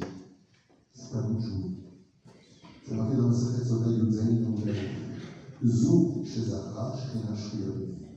Si le couple que Dieu a réuni, il est digne de vivre dans le shalom parce qu'ils se respectent saines et sont surtout pas encouragés complices, c'est le plus important, la complicité et l'honnêteté du couple. La Shrina réside parmi eux. Donc, à qui appartient le fait de garder ou pas son couple? Vous. Même si on n'épouse pas son âme sœur, même si cette femme n'était pas destinée, si j'écoute la Torah et que je me plie aux lois de la Torah et des mitzvot, fais preuve d'humilité, sachez dans ce cas-là que même au niveau des mazalot, quand un homme et une femme sont humbles, ils sont automatiquement fait tous l'amour. S'il n'y avait pas cette affaire, cet orgueil, je parle plus de famille, tout dans des nerfs, on prend le cœur, au point de s'énerver, et je peux voir, je te déteste. Que des mots tuent devant la vie, au lieu de se calmer, et que quand on parle, on se rend compte qu'on est donné de la chose. C'est dommage. Dommage d'aller la perdre. Dommage d'aller la perdre pour se rendre compte de la chance qu'on a. Mais la reine, oui, il y a des métiers. Je voudrais vous parler du stapler. Vous avez des minutes? Le stapler. Une fois à Nebrak, ça c'est l'histoire. À Nebrak, il y a une syndicat qui a voulu épouser un homme qui étudie la Torah du matin au soir. Elle a dit, je prends sur moi de m'occuper de la famille. La parnassa, c'est son choix, c'est ce qu'elle veut. C'est elle son choix. Écoutez bien, cette femme-là rencontre un Avraï et dit exactement ce qu'elle voulait. Sympathique, beau gosse, pieux, d'une bonne famille, érudit en Torah. Elle trouve le loto. Seulement, le problème, c'est qu'à la troisième rencontre, il lui dit ok, mais moi, je serai Avraï que le matin. L'après-midi, je travaille chez mon père. Elle lui dit quoi? Mon père est tailleur, il a une boutique de fringues, de robe à Berkina. Et l'après-midi, je dois y travailler pour l'après-midi, comme chez mon père. Moitié-moitié. Elle lui dit, ce chiffre ne m'intéresse pas. Je veux pas d'un homme qui travaille, je veux d'un homme qui devient un grand en Torah. Pour ça, je suis prêt à tout souffrir sur terre, soit un grand Torah, comme la femme de Rabbi. Il lui a dit, écoute, toi tu veux décider d'une chose. Viens, on va voir le Rav Kanievski. Le père de Rav Kanievski, c'est le Stapler. Ok? Ils sont partis voir ensemble à Stapler, le père de Rav Kanievski. Ok? Et la femme était certaine que le Rav allait lui donner raison. Manque de peau pour elle. Écoutez bien la réponse du Rav. Très bien. Quand le jeune homme s'est présenté, il a expliqué son cas. Pourquoi il devait travailler dans la boutique de son père, et ainsi de suite. Et la gars a dit, moi je veux l'épouser, il y a juste ce temps-là qui me dérange. Et le Stapler, il a regardé comme ça la fille, il lui a dit, est-ce que tu peux m'expliquer d'où tu tiens la référence que cet homme-là doit étudier toute la journée? Et si son petit coup à lui, c'était d'habiller ses frères pour le Shabbat, pour les mariages, pour le bar mitzvot, que rendait son père? Elle lui dit, je ne sais pas. Le Stapler lui dit, sache qu'il est venu au monde pour habiller ses frères. Son petit coup, c'est d'aller travailler dans la boutique, la moitié de la journée. Le n'importe quel petit coup, c'est d'étudier toute la journée. Le n'importe quel petit coup, c'est de travailler toute la journée et de soutenir un juif qui a étudié. Vous voulez ça va. Okay? Chacun a son petit coup. Et même les trucs que nous faisons, comme disait l'ami Yohanan Sandela, Rabbi Yohanan Sandela, vous n'allez pas me croire, il était cordonnier, Rabbi Yohanan, son cordonnier. Il a fait faire tchouva à tous les clients et les clients qui sont venus chez lui. Vous savez comment? Chaque fois qu'il prenait une chaussure, une sandale qu'il avait pas, et qu'il tapait les chaussures pour la réparer, il priait que ces chaussures l'emmènent au Beth Midrash et dans les maisons d'études. Et il priait sur la chaussure. Et moi, il dit toutes les personnes qui venaient récupérer les chaussures de Rabbi Yochanan Sandela, donc le cordonnier, faisaient toujours éviter ses chaussures, d'un coup il a demandé ça. Par le but du métier, il a amené les gens à la Kedusha. Et la reine, même dans les métiers dans lesquels nous sommes, tant qu'ils sont ilchatiques, tant qu'ils respectent la Torah et les mitzvot, tant que ce que je vis reste dans la halakha, ça vient automatiquement d'Hachem. Mais si je rentre dans un bureau d'arnaque, si Chaz Veshalom, je me retrouve dans un travail qui n'est pas conventionnel à la comme par exemple vendre du vin non caché. Je suis sommelier, je vends du vin non caché. À Torah, c'est strictement interdit. C'est ce qu'on appelle les notes, mais qui a Vodazar. Je n'ai pas le droit. Donc, automatiquement, c'est perdu. Si ce que je fais reste dans le cadre de la halakha, c'est que c'est une prédestinée qui vient de Hachem.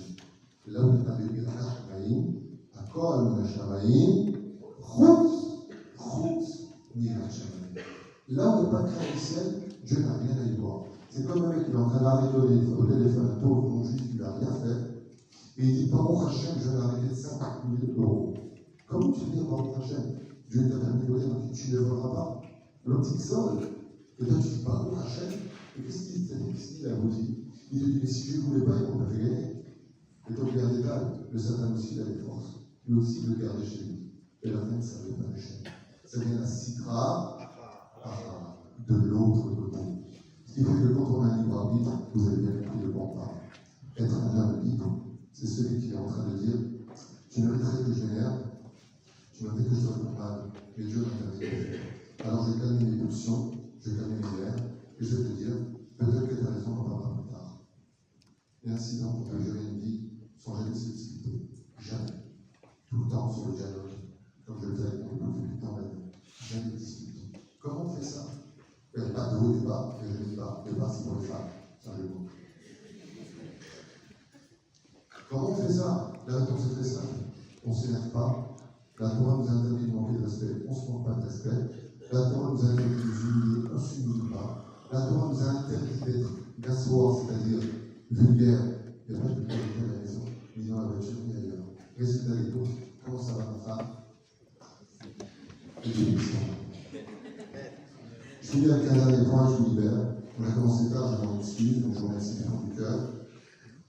Est-ce que le libre arbitre existe dans tous les cas? C'était le dernier sujet que je voulais voir avec vous. Est-ce qu'on a tout le temps le libre arbitre? Et là, vous êtes étonnés, vous êtes très étonnés d'entendre la réponse du Zohar. Le Zohar Kadosh vous dit non. Il y a des moments dans la vie où le libre arbitre nous est retiré pendant une période. C'est-à-dire qu'il y a des moments dans la vie où il se passe quelque chose. Vous allez rencontrer pendant la parasha d'Ayeshem Yehuda, après la mort de Yosef, descend de chez ses frères. Vous connaissez tous l'histoire de Tamar, qui se déguise en prostituée, vous vous rappelez? Ouais. Yehuda, imaginez, je vous prends, le Rabbi Lubavitch, Baba Saleh, le Rav, le Rav Yosef, tous les tzadikim. Ouais.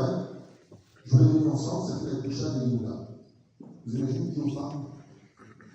Il passe comme ça, il voit une prostituée qui se trouve sur le chemin, ok? Il a une pulsion animale, il la désire. Il va vers elle, il va avec elle, et il lui envoie son salaire. Qu'est-ce qu'il dit Yehuda Ben Yaakov? Quand vient Tamar, elle dit à ce moment-là, il ne faut pas oublier Yehuda, que celui qui reconnaît ces trois éléments qu'il m'a donnés, ou se reconnaît, ou qu'il se taise. Mais moi, je ne lui dirai pas. Elle est enceinte de 2 enfants. Qu'est-ce que Yehuda reconnaît ses affaires? Et il dit devant tout le monde, il est appétit. Je me rends compte, il est appétit. C'est le juge suprême de la Rabbanout de l'époque. Israël me dit, Tzadka Mimeni, cet enfant est de moi, c'est moi qui faut dire. Je lui dis, puisque tu as été droit avec elle, tu seras le roi de tes frères, la tribu d'Juda deviendra roi d'Israël. Écoutez bien le Zohar ce qu'il dit. Comment c'est possible que Yehuda, on parle de on parle d'un juge simple, on parle de Yehuda, fils de Yaakov, des 12 tribus d'Israël, ok? Dieu, le Zohar nous dit, il a annulé son libre arbitre. Il l'a emmené vers elle. Il l'a annulé. Il n'y avait pas de libre arbitre à ce moment-là. Il avait besoin qu'il descende vers elle pour amener la venue du Mashiach pour être le Messie de la fin des temps, il faudrait passer par tous les péchés du monde, toutes les misères du monde. De cette façon, c'est quand tu vas juger, puisque la Mishnah nous dit ne juge jamais un autre tant que tu ne vas passer par sa place, comment le Mashiach pourra juger l'humanité s'il n'a pas connu d'être mamzer, de passer avec une prostituée, d'avoir touché à la drogue, s'il va passer par tous les péchés et toutes les histoires, toutes les ambiguïtés de la vie, de génération en génération, jusqu'à la fin, on y arrivera parfait, parce qu'il aura tout vécu. Et quand tu as tout vécu, tu peux dire à la personne qui est en face, je sais de quoi je parle. C'est très difficile de consoler quelqu'un qui est veuf parce qu'il a jamais été zéro. Et si tu es passé par ça, alors il sait que toi tu le comprends. Et il accepte. Et les familles nous disent à Kadosh, je vous ai plusieurs exemples pour rappeler ça, c'est beaucoup trop long. J'en fais encore un pour le travail que j'ai fait. La faute de Moshe Rabbeinu qui frappe le rocher. Dieu a appelé le livre de Moshe pour qu'il le frappe. Pourquoi? Parce que si Moshe était rentré en Israël, la génération des Lézards avait eu fait d'amitié. Donc, il ne s'accroche pas. Le rocher refuse de donner de l'eau. Pourtant, Dieu l'avait demandé. Il y a des moments où Dieu l'a mis le libre arbitre, de telle façon à ce que des fois, je dis pourquoi.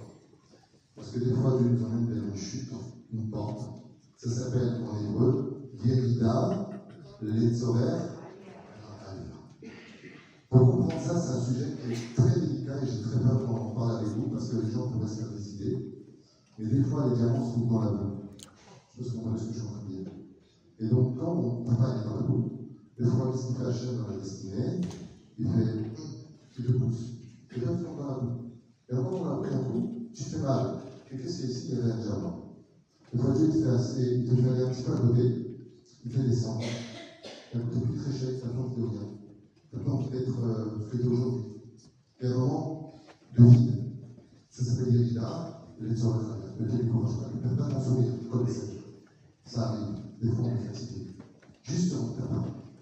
Parce que Dieu, des fois, te met en stand-by. Il y a un moment où, dans le mazal de la vie, Dieu te met en stand-by. Voilà plus ou moins un tour rapide sur la notion du libre arbitre. Ce qu'on doit retenir, c'est que le seul dans ce monde qui pourrait dire que moi j'étais un homme libre, c'est uniquement celui qui a dit j'aurais pu fauter, mais j'ai choisi de ne pas fauter. J'ai choisi. J'ai jamais un couteau sous la gorge qui m'empêchait de fumer le Shabbat. Jamais. J'ai décidé d'être un famille parce que je l'ai demandé. Je voudrais faire avec une dernière chose et je vous le fais. Ça vous va? Non. Quoi non? On en parle encore. Pour la neige, je suis crevé, moi, c'est rouge. Écoutez bien. Là, ce que je vais vous dire, je vais essayer de m'obtenir de pleurer parce que c'est quelque chose qui me touche particulièrement avec beaucoup d'émotion. Vous savez, chers amis, que le créateur du monde, quand il a créé le monde, il s'est caché. Et quand il s'est caché, il a préféré ne pas voir que les hommes vont ça leur arbitre, qui vont très facilement s'adonner à la pulsion du Yetzirah. Je dis ce que je veux, je vais où je veux, je perds où je veux, je rentre où je veux. Personne n'a rien à dire, je fais ce que je veux. Avec les parents qui peuvent comprendre quand les enfants de 10 ans leur disent ça. Quand les enfants de 10 ans disent à leurs parents, je fais ce que je veux, t'as rien à dire, parce que je veux, j'en travaille, vas-y, jamais la police. D'un coup, on dit waouh, Makara, mais t'es fou, tu parles à ton père. Comment on est après? On est en pleine spectacle. Rave, psychologue, psychiatre, on ne sait plus qui appeler. Qu'est-ce qu'on fait? Qu'est-ce que je fais? Ma fille, elle a 12 ans, elle rentre à 3 h du matin, et elle me dit qu'elle se bat dans la police. Il y a une fille qui a dit récemment, ses parents, je te vends un lot. C'est pas vrai, c'est vrai. Elle a dit à son père, tu ne donnes pas de l'oseille, je te vends un lot. Et sur la Torah, je le fais. Je peux rien faire. Moi, je vous pose une question. Comment vous réagissez-vous en tant que parent? Vous êtes bien quand vous voyez vos enfants? Vous savez comment vous allez rentrer à la maison? Quand vous allez rentrer chez vous à la maison, vous allez voir votre enfant sur la droite, vous n'allez même pas regarder. Vous l'aimez, hein? Vous allez passer comme ça, avec une boule au ventre, en disant, mais c'est pas possible, mon propre enfant me pourrit ma vie à ce point-là. Ma chair à moi. Comment vous le sentez à l'intérieur, chers amis? C'est dur, hein? Sachez que ce que je suis en train de vous dire, c'est l'étude que j'ai fait cette semaine. Et on dit que Boré Olam, écoutez bien les mots, ce que je vous dis, c'est pas moi. C'est marqué dans le livre. Boré, il pleure, Dieu pleure, avec, c'est une image, une poule au ventre, quand il voit ses enfants lui dire, je fais ce que je veux. Alors qu'on dit tous les matins. Ton cœur, quand il va dans la voiture, c'est parce que Dieu le fait battre. Quand tu vois avec tes yeux, c'est parce que Dieu te permet de voir. Si Dieu se retire de toi un seul moment, un seul instant, tu deviens tohu. Tout ce que tu es, c'est grâce à lui que tu vois. Donc voilà, il est en train de te dire, mon fils, ma fille, Israël, tu sais quand je vais dans un lit avec un mec, tu sais ce que tu fais? Tu m'emmènes avec toi, parce que si je suis pas avec toi, tu meurs. Donc tu me forces à aller dans la Torah. Chez les mains, c'est pas peu importe ce que je vous dis. Mais Shachanti, Pétor, tourne au terme. Vous me forcez à vivre avec vous dans la Torah. Quand un juif prend une cigarette le Shabbat et qu'il fume, il oblige Dieu à fumer le Shabbat. Parce que si Dieu le quitte, il meurt. Donc Dieu il est obligé de rester avec nous comme un père qui dit qu'est-ce que tu veux que je fasse ma fille? Elle a 12 ans, je vais l'acheter. Elle va grandir, elle va comprendre. Waouh! Quand tu dis je fais ce que je veux, ouais, ben Dieu est en train de te dire tu m'emmèneras avec toi parce que là où tu seras, je serai. Va filo ben astara, shetor astara, gam, cham, là-bas, je serai dans le secret des secrets, à l'intérieur même de tous les secrets. Et là où tu découvres le juif, même au summum de la Torah, quand tu manges du porc, quand tu es avec une bougie, quand tu fais une Shabbat, quand tu craches sur la Torah, je suis obligé de rester avec toi. Et tu me forces à vivre ce que toi tu veux vivre. Est-ce que quelqu'un ici parmi vous l'accepterait? Que votre meilleur ami, que votre enfant, que qui vous voulez sur terre, vous ayez que tout au monde. Ce règne et ce drogue, et il te dit je t'oblige à faire la même chose que moi. Est-ce que quelqu'un ici pourrait lever la main et dire moi j'accepte? Personne. Personne. Non, mais on est obligé d'accepter ce que nos enfants nous font, dans un sens. Oui, parce que vous les aimez. Oui, malheureusement. Malheureusement. Eh bien, Dieu lui dit, écoutez bien la suite. J'ai une réponse pour vous, vous êtes sympathique, je vais vous répondre. Non, prénom, vous êtes le compte bancaire. Je vous réponds. La différence, je vous dis rôle. C'est que Dieu, il est à la fin du film. Il sait comment ça se finit. Il a dit, Dieu, pourquoi de toute façon, j'ai pas de problème? Parce que je crois en mes enfants. Et vous le dites tous les matins. Mesdames et messieurs, je vous demande de dire avec moi la phrase ensemble. La phrase, on va la dire ensemble. Vous la connaissez toutes les tous, d'accord? Dites-le avec moi. Modé, Ani, Lefanecha, Melech, Chai, Ekayam, Shechzata, Bi, Mishpati, Ketela. Vous avez remarqué que les deux derniers mots, juste avant de finir, il y a une virgule dans tous les synonymes.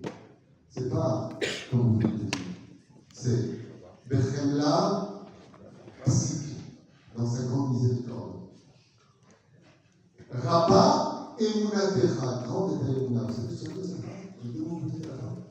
Rabba Emunatecha veut dire, Dieu est en train de te dire, je sais que tu dis, je sais que tu es lourd en ce moment. Je passe par l'âge bête, l'âge de la révolte, l'âge de j'en ai marre, l'âge de je fais ce que je veux. J'accepte. Rabba Emunatecha, c'est pas toi qui dis à Dieu si je suis très bon. Bethléem, tu t'arrêtes. Et Dieu te répond, Rabba Emunatecha. Mon fils, je sais que tu es en révolte, mais sache que j'ai une totale confiance en le famille. C'est pour ça que je t'aime, je suis toi. Je sais qu'il y a vie que l'école, demain je vais voir de mon enfant. La vie que il viendra un jour où la porte sera toujours ouverte. Et je t'attendrai ce jour-là. C'est parce que tu connais la fin. Comme Israël, Yesh Lahem Chelek dans la j'ai juré en l'humanité que j'aimerais tout mon peuple, sans exception, à tous rentrer dans mon futur. Donc, où tu as, tu peux t'assimiler, tu peux commencer à te convertir où tu veux, tu peux faire ce que tu veux. Le dernier mot, Dieu dit, c'est moi qui donne. La seule chose que toi tu as gagné avec ton libre arbitre, que tu pensais avoir en tant libre, c'est que tu as perdu juste du temps pour encore une réincarnation et encore une réincarnation. Jusqu'à ce que tu comprennes de toi-même qu'en réalité, quand je te demande de me suivre, c'est pas parce que j'ai besoin que tu fasses les isoles, Dieu n'aime rien à crotte de téléphone. Tu veux des films, c'est pas des films, Dieu il a Dieu. Dieu, ça dérange. Le seul perdant, c'est toi. Parce que quand tu partiras de ce monde, Dieu te dira, je te donne libre arbitre, qu'est-ce que tu en as fait? Et là, à ce moment-là, quand l'homme meurt, il dit, waouh, j'ai été esclave de mon Yitzhak. C'est lui qui m'a envoyé. Je fais ce que je veux, je dis ce que je veux, je pense ce que je veux. Je dis ce que je veux et personne n'a à me dire. Pose-toi juste une bonne question. Descartes a dit je pense donc je suis. Dans le judaïsme, c'est je pense donc qui pense. Qui suis-je? Qui vient penser? Qui vient de parler? Quand une mère a son fils ou son père, il a sa fille qui lui parle mal, qu'est-ce qu'on dit? Je connais très bien les enfants, il n'aurait jamais dit ça. Il est énervé. C'est pas lui qui parle. Il était hors de lui. Et si hors de lui, qui était en lui. Récupérer son libre arbitre, il faut simplement son chemin de temps. Et pour ça, je vous dis une chose, il y a pas de jour au monde aujourd'hui. Quand tu as des portables, tout ce que vous dites, le monde est là, non, ça c'est assaut. Ça c'est mon cas. Bon, je regarde un cours de rap du rap, de chiffres, et leurs amis qui m'ont imposé de la chamanie. Puis c'est un choix, est-ce que je vais être 1h30 à regarder un film qui va rien dire, ou est-ce que je vais m'adonner à une étude qui va me construire? Vous êtes pas encore regarder un film, c'est vachement plus facile. Écouter un cours, c'est plus difficile. Vous savez pourquoi? Parce que le Bouddha m'obligeait. Le film ne m'oblige en rien. Je vais continuer à dormir. Vous êtes là, ok? Et pourquoi on a l'impression, malgré les prières, que Dieu est absent? Pourquoi on a l'impression, malgré les prières, que Dieu est absent? Je voudrais poser une question. Alors, on écoute une question.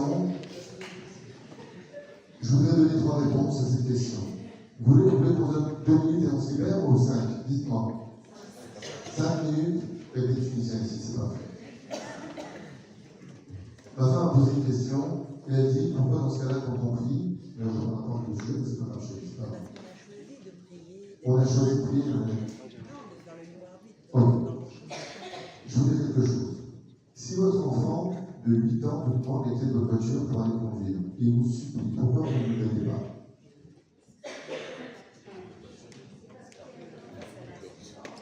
Je vous ai posé une question avec maman, je t'en supplie, fais-moi confiance. Je t'en supplie, donne-moi les clés de la voiture, je veux faire un tour. Est-ce que vous le faites? Est-ce que vous lui donnez les clés? Pourquoi? Vous avez supplié. Pas prêt. Parce qu'il n'est pas prêt. Parce qu'il n'a pas l'âge. Parce que c'est pas le bon moment. Parce que vous l'aimez. Parce que c'est pas bon pour lui. C'est ce qui se passe. Première raison, dans votre ami, je donne 3 raisons. Ma femme, pour que tu fasses entendre à tout le monde, j'ai compris. Des fois, on demande des choses à Dieu et si on va demander à nous éloigner de la loi. On va nous éloigner du monde dans lequel on aurait pu aller plus vite vers notre destinée. Donc, des fois, on va demander à Hachem, qui donc chez le comme la femme de Rabbi Akiva, c'est la fille de Rabbi Akiva, voulait se marier très très tôt. D'accord? Vous connaissez son histoire. Son dit les 3 mages, vous savez, les 3 mages qui sont bien avancés à la naissance, c'est pas du tout des enfants. Ils sont bien avancés à la naissance de Rachel Shoulamit, la fille de Rabbi Akiva. Et qu'est-ce qu'ils ont dit? Le jour de son mariage, elle mourra.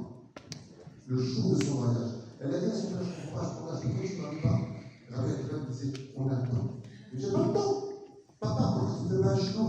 Rabbi Akiva esquivait sa fille. Jusqu'au jour où il est venu Ben Hazar. Ben Hazar lui demandait la main de la fille de Rabbi Akiva. Qu'est-ce qu'elle fait avec Rabbi Akiva est parti par l'autre? Le jour du mariage de Shoulamit, Rabbi Akiva ne le voit nulle part. Le lendemain, il voit sa fille, il lui dit, t'es vivante? Elle lui dit, excuse-moi de te déranger. T'es vivante. Ouais. D'un coup, on entend un cri dans la chambre.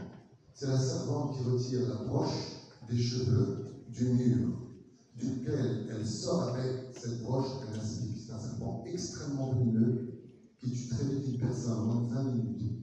Rabbi Akiva récupère ce serpent dans cette broche en or qui a servi pour la coiffure de sa fille du mariage. Il lui a dit à sa fille, qu'est-ce que tu as fait pour mon mariage? Elle lui a dit, j'ai dansé, j'ai mangé, il y a des cartes au Tutsi, l'avocat, le Shehad, la Tata, évidemment. Qu'est-ce que j'ai fait? Rabbi lui dit, il y avait une chose. Il y a un pauvre qui est venu, il n'y avait plus de place au mariage, je lui ai donné ma chaise et mon plat. Rabbi Akiva, le serpent, il a dit, Tzedaka, Tatil, Mimavet, Mamash. Quoi, pour un morceau de pain, Dieu va changer ta destinée. Des fois, on demande des choses, mais c'est pas le moment. Ça peut venir. Deuxième explication, je vous pose une question, excusez-moi. Maintenant, ce que je vais faire, c'est sale. J'ai pas le choix. Imaginez maintenant, je m'excuse, ce que je vais faire, c'est dégueulasse. Vous venez vers une amie, et vous venez vers un ami. Au moment où vous venez, vous lui dites, on arrête ça. D'accord? Ah, ça va? Est-ce que vous me tendez la main? Non? Ok, encore. Ça va, toi? Ou bien en connaissant les toilettes. Oh, Roger, comment ça va? Ou là, le Covid. Oh. Je vous ai posé une question simple. Est-ce que vous serrez la main à quelqu'un qui vient de se mettre le doigt dans le nez? Qui a dit oui? Vous. N'est-ce pas? Mais là.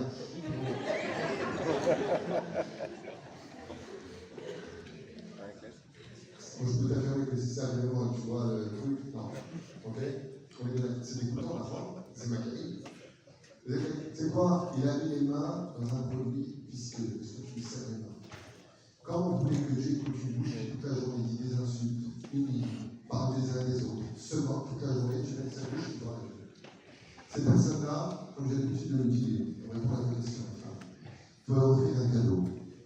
Toutes les personnes qui ont une bouche mauvaise, qui sont tout le temps dans la critique, qui ne voient jamais le bien chez les uns les autres, tout le temps en train de juger, tout le temps en train de faire du lâche marée dans ces schémas, il faut leur offrir juste une paire de boucles d'oreilles, une chaîne. Vous la mettez là, et dès qu'il part, vous tirez les chasses.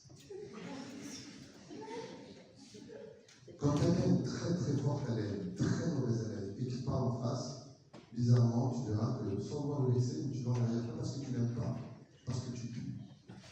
Quand quelqu'un pue avec une bouche qui toute la journée dit du mal des uns des autres, Dieu sait pas qu'il ne veut pas, à sa prière, tu me dis, il va t'aller les dents, tu chiales, mon pote, dégage. Pourquoi? Parce que ta bouche elle est mauvaise. Comment tu viens, tu dis, punaise, c'est gonzesse, c'est ça là. Alors, moi, je t'en raconte pas tellement, quoi, sans le bout qui se prend, celui-là, mais attends, tu sais quoi, son nom, il n'y a rien. Peut-être qu'il y avait ramasse brillant, Dieu dit, mais qu'est-ce que tu pues? Tiens, la chasse. Tu viens de faire du rôti chez moi, et avec cette même bouche, tu me demandes de l'aide. Tu connais, on parlait quoi? Ils volaient les riches, et ils étaient là.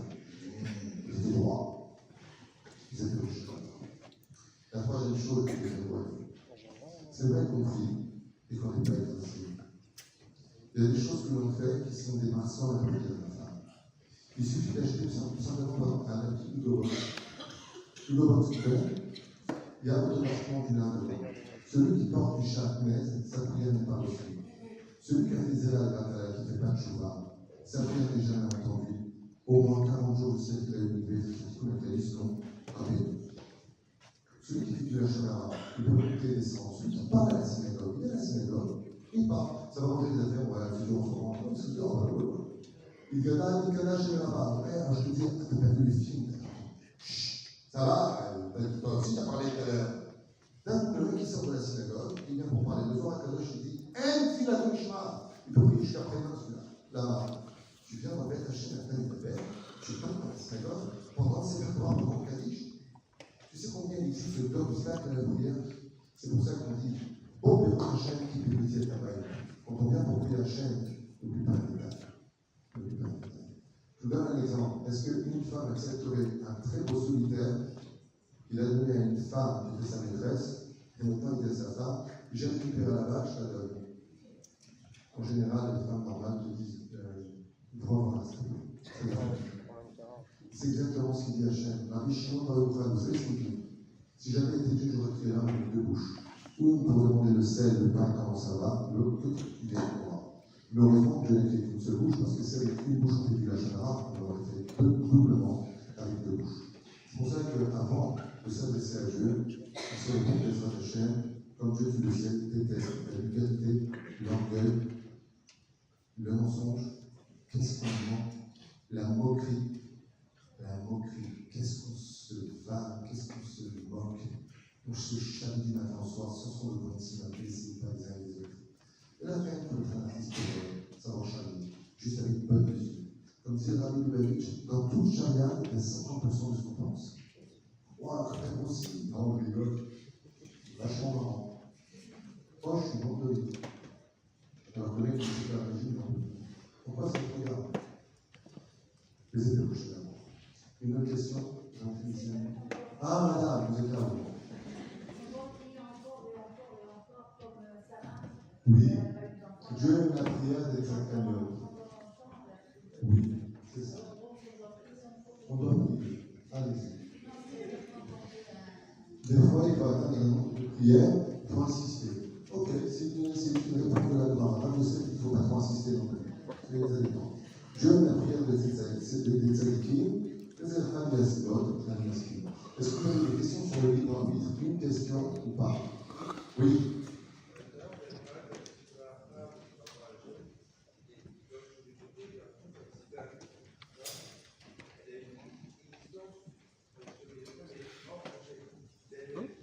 Absolument. La Sitra est un serviteur de Dieu qui a exactement les mêmes armes que Dieu.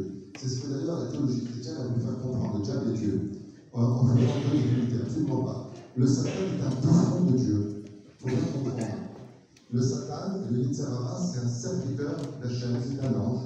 Seulement, tout comme Dieu marie, le Satan marie, tout comme Dieu donne la parnassa, le Satan donne la parnassa, tout comme Dieu donne la santé, le Satan peut donner la santé. C'est ce que font certaines personnes qui font la magie noire, d'autres termes, des incantations du vaudou ou ce que je dis dans la magie. Ils vont faire des incantations avec des démons qui ont fait partie de la santé, qui ont des démons dans l'esclave. C'est-à-dire que le Yitzhara a besoin d'un pour aider l'homme dans son libre arbitre. Si le livre du mot Yitzhara, libre arbitre, t'as tout compris. Si le livre du mot Yitzhara, libre arbitre, je l'écoute ou je l'écoute pas? Mais pour que je l'écoute, il faut bien qu'il y ait des armes. Je vous pose une question. Demain, vous êtes Shomer Shabbat, vous gagnez le loto. Ok? Vous faites du Kachonara, vous n'êtes jamais malade. Ok? C'est tout ce que vous faites, vous avez des résultats. Est-ce qu'il y aura un libre arbitre sur terre après ou tout le monde devient religieux? Tout le monde devient religieux. Si tu fais Shabbat et que tu es milliardaire, je t'assure que dans la famille du monde entier, tu fais Shabbat. Mais si tu es Shomer Shabbat et tu ne gagnes pas le loto, tu galères et tu continues à être Shomer Shabbat, ça devient un choix. Vous avez beaucoup de cours de ce soir. Je vous remercie du fond du cœur. Merci à toi de Julie et de